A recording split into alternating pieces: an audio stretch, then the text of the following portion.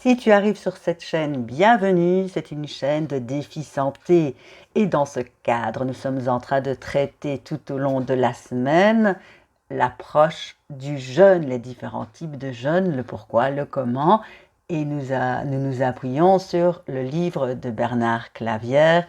Et si on s'arrêtait un peu de manger de temps en temps, alors tous les jours, je te lis des extraits pour un petit peu que tu puisses dépasser les préjugés, que tu puisses aller au-delà, que tu puisses avoir des informations.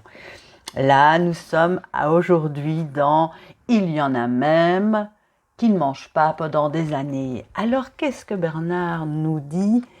Il nous dit le moment est venu de nous faire une idée plus précise sur notre capacité réelle à vivre sans manger.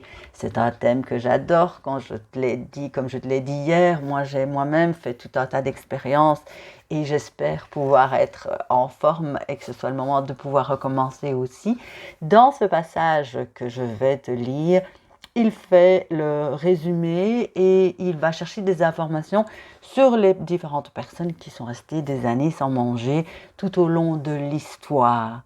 Et demain, ce sera un extrait avec le même thème, l'inédit, l'absorption pranique, et nous verrons comment cette forme d'inédit a évolué de nos jours, puisque dans ce passage que tu vas entendre, on parle des inédits du passé, et puis là maintenant il s'est passé quelque chose, et puis tu verras aussi le point de vue de Bernard par rapport à notre évolution humaine et la nourriture.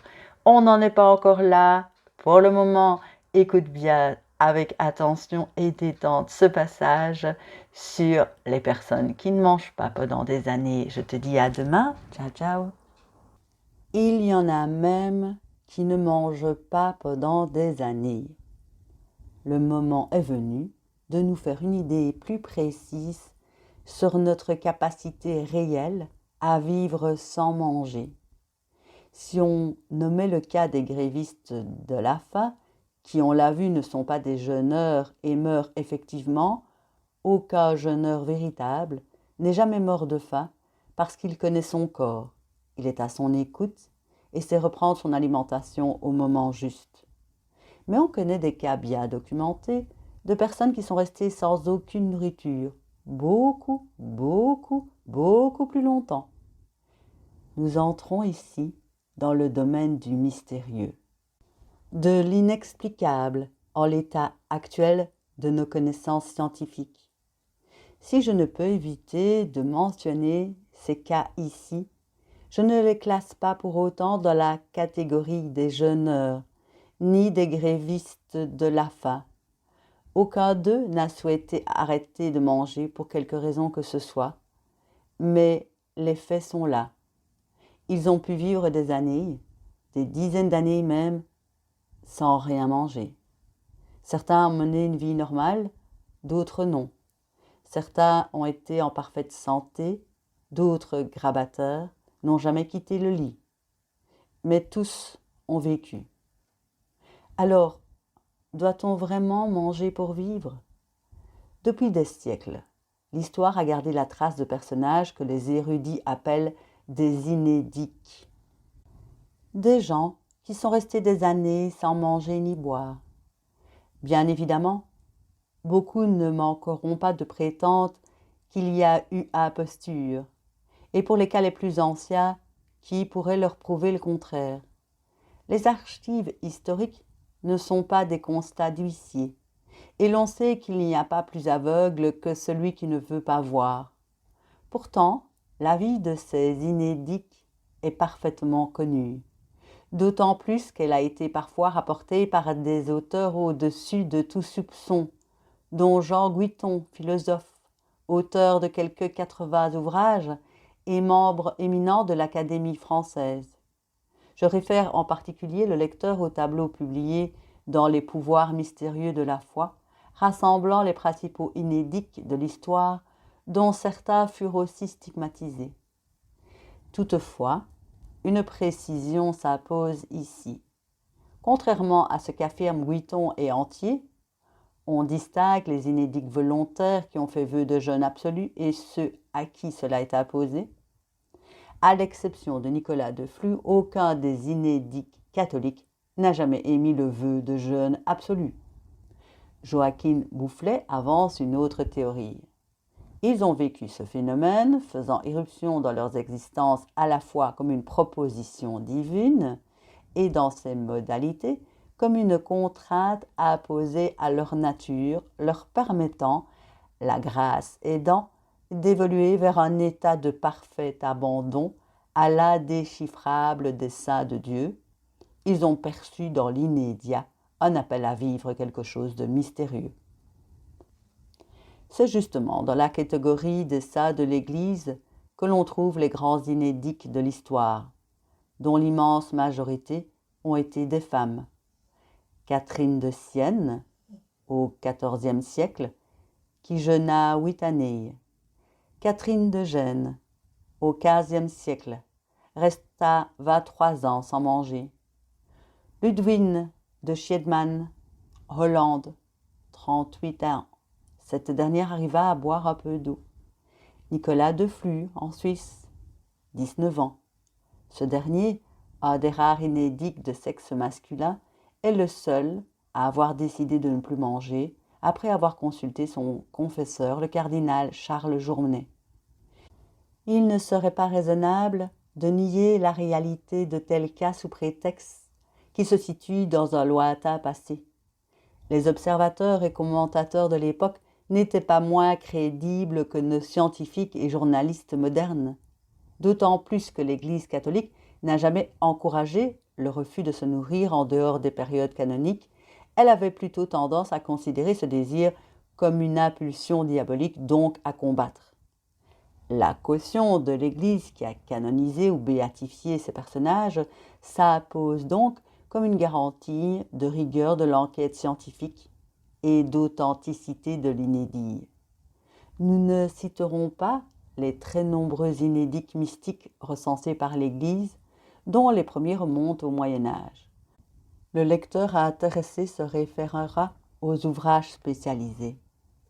Il existe aussi des cas d'inédits qui ne présentent aucun caractère religieux, dont Joachim Boufflet a rassemblé un bon échantillon. Plus près de nous, le phénomène des Miraculous Made sera, au XVIIe siècle, pour le médecin anglais John Reynolds, l'occasion de donner une explication médicale de la longue survie de Martha Taylor, en dépit d'un jeûne soi-disant total de plusieurs années. Au XIXe siècle, en Belgique, Louise Lattot, née en 1950, stigmatisée en 1868, cesse totalement de s'alimenter en 1876 et n'absorbera plus qu'une hostie consacrée par jour jusqu'à sa mort, en 1883.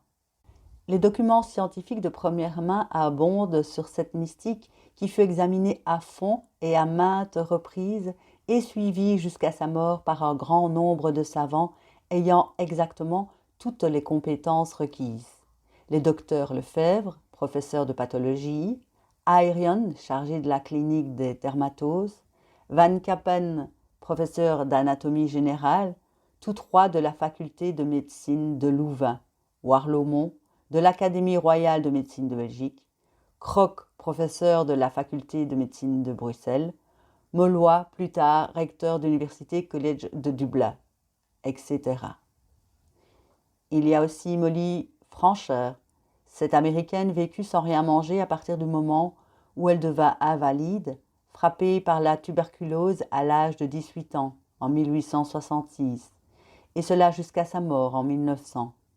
La polémique autour de ce cas fut sévère, certains dénonçant une supercherie, sans se déplacer pour autant afin d'examiner la jeune fille, d'autres criant très haut leur mépris tout simplement parce que l'instinct se révolte contre cette idée absurde, vivre sans manger. Plusieurs médecins, le professeur West, le docteur Speer, qui cite dans ses rapports les noms des sommités de New York qui ont contrôlé le jeûne, ont étudié son cas et confirmé le jeûne absolu. Je peux dire avec certitude qu'elle n'a rien mangé, affirme le docteur Speer. Je crois qu'aucun aliment solide n'ait passé les lèvres de cette femme depuis son attaque de paralysie. Je la force de temps en temps à prendre une cuillère d'eau ou de lait, en utilisant un instrument pour lui ouvrir la bouche. Mais cela lui est très douloureux.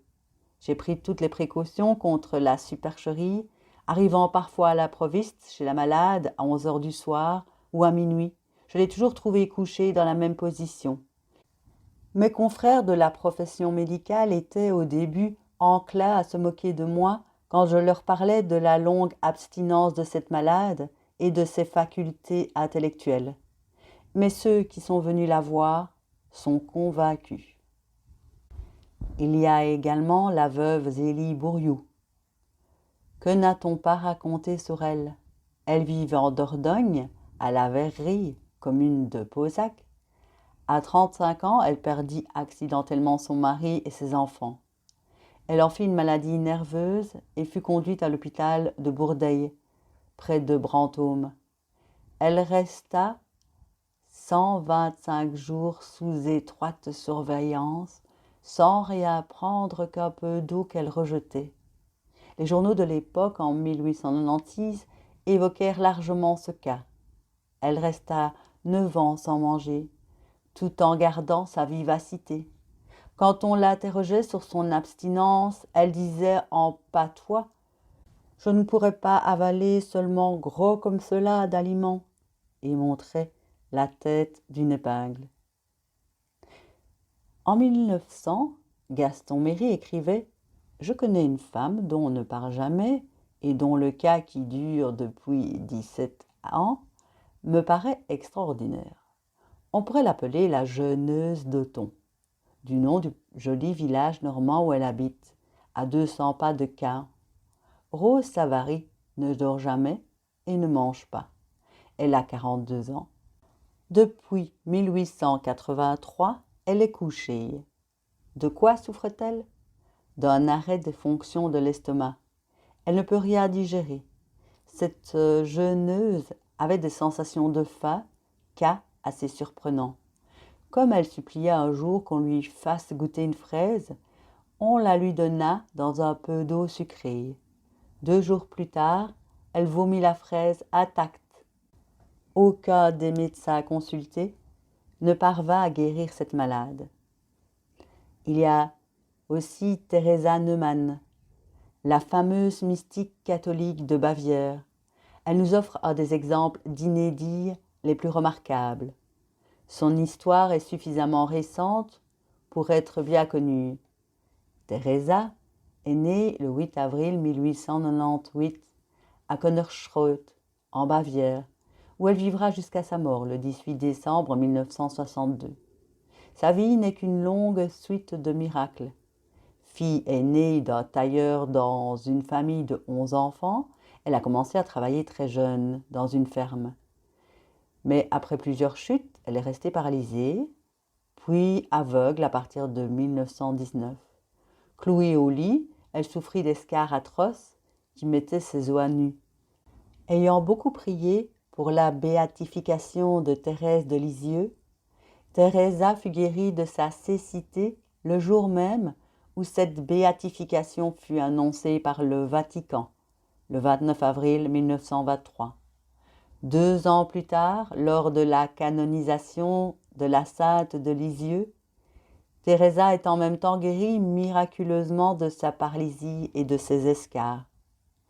Elle a cessé définitivement d'absorber des aliments solides à partir de Noël 1922 et des liquides à partir de 1926, sauf une cuillère à café d'eau pour communier.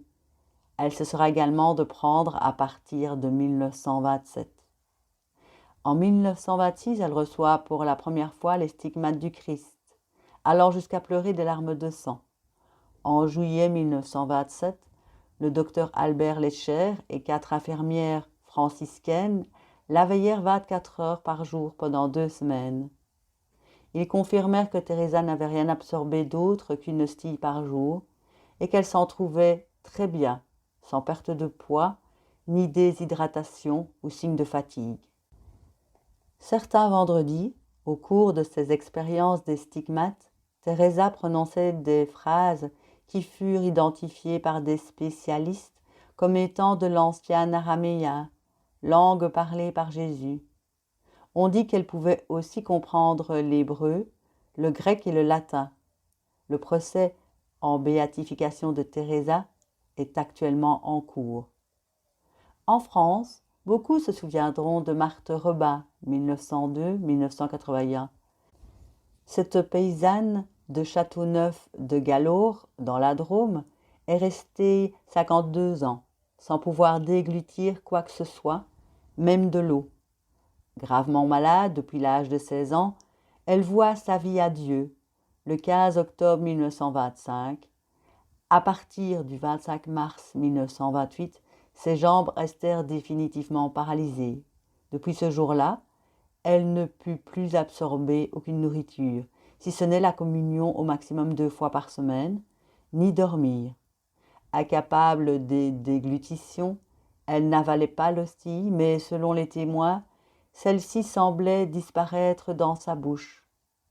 Après le 2 février 1929, ses mains aussi furent paralysées, et en 1940, elle devint aveugle.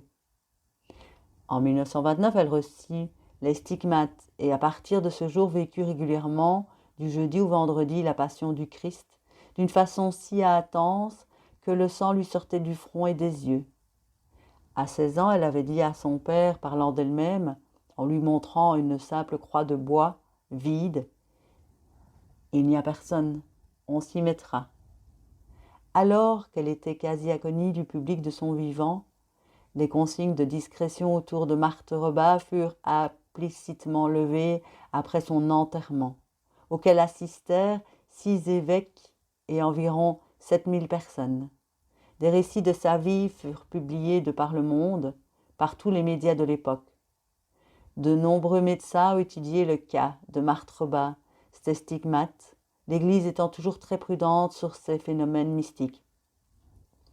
Parmi les charismes particuliers de Marthe Robin, il y avait aussi celui du discernement. Elle pénétrait les cœurs et les âmes, trouvait le mot juste, le conseil, l'encouragement des petits et des grands qui venaient chercher une direction de vie auprès d'elle. Elle avait également des lumières particulières sur la façon dont le monde tournait. La guerre, une nouvelle Pentecôte sur l'Église, la place de la France dans le monde. Nous terminerons cette revue des grands inédits de l'histoire avec une indienne, Jiri Bala, qui n'a pris aucun aliment depuis l'âge de 12 ans jusqu'à sa mort. Yogananda lui rendit visite en 1936 et a raconté cette rencontre dans son œuvre maîtresse, Autobiographie d'une yogi. Jiri Bala a mené une vie parfaitement normale, s'occupant de sa maison au quotidien et prenant même du plaisir à cuisiner et à nourrir ses proches, ce qui ne manque pas d'étonner pour une inédite. « Si j'avais faim, je mangerais, dit-elle. » Elle n'a jamais été malade. À l'âge de 12 ans, elle rencontre son gourou qui l'initie et lui donne un kriya, une technique yogique particulière pour recharger son corps directement avec l'énergie cosmique émanant du soleil et le prana contenu dans l'air. Le Maharaja de Burdwan invita Jiri Bala à 3 reprises dans son palais pour la tester, dont une fois pendant 2 mois. Il a su se rendre à l'évidence. Jiri Bala n'a pas faim, n'a pas soif, ne va jamais aux toilettes, elle dort très peu et contrôle son cœur et sa respiration. Selon un occidental qu'il a rencontré alors qu'elle avait 70 ans, son visage exprime autant l'amour d'une mère que l'innocence d'un enfant et aspire un rare sentiment de paix, un nez fin, de grands et beaux yeux vifs et brillants et un sourire qui lui donne un air pensif. Son corps est mince, mais pas maigre. Sa peau couleur d'olive est claire et saine. Selon Jean Guiteau et Jean-Claude Antier, Jiri Bala est le cas d'inédit la plus longue connue à ce jour. En Inde, toujours, il est notoire que Satya Sai Baba ne mange plus non plus, ni ne dort. Mais face à un tel géant spirituel, cela ne m'étonne même pas. Je pourrais encore citer des dizaines de cas d'inédits bien documentés qui ont parfois fait l'objet d'enquêtes médicales ou ecclésiastiques approfondies, d'ailleurs souvent pénibles pour les sujets concernés.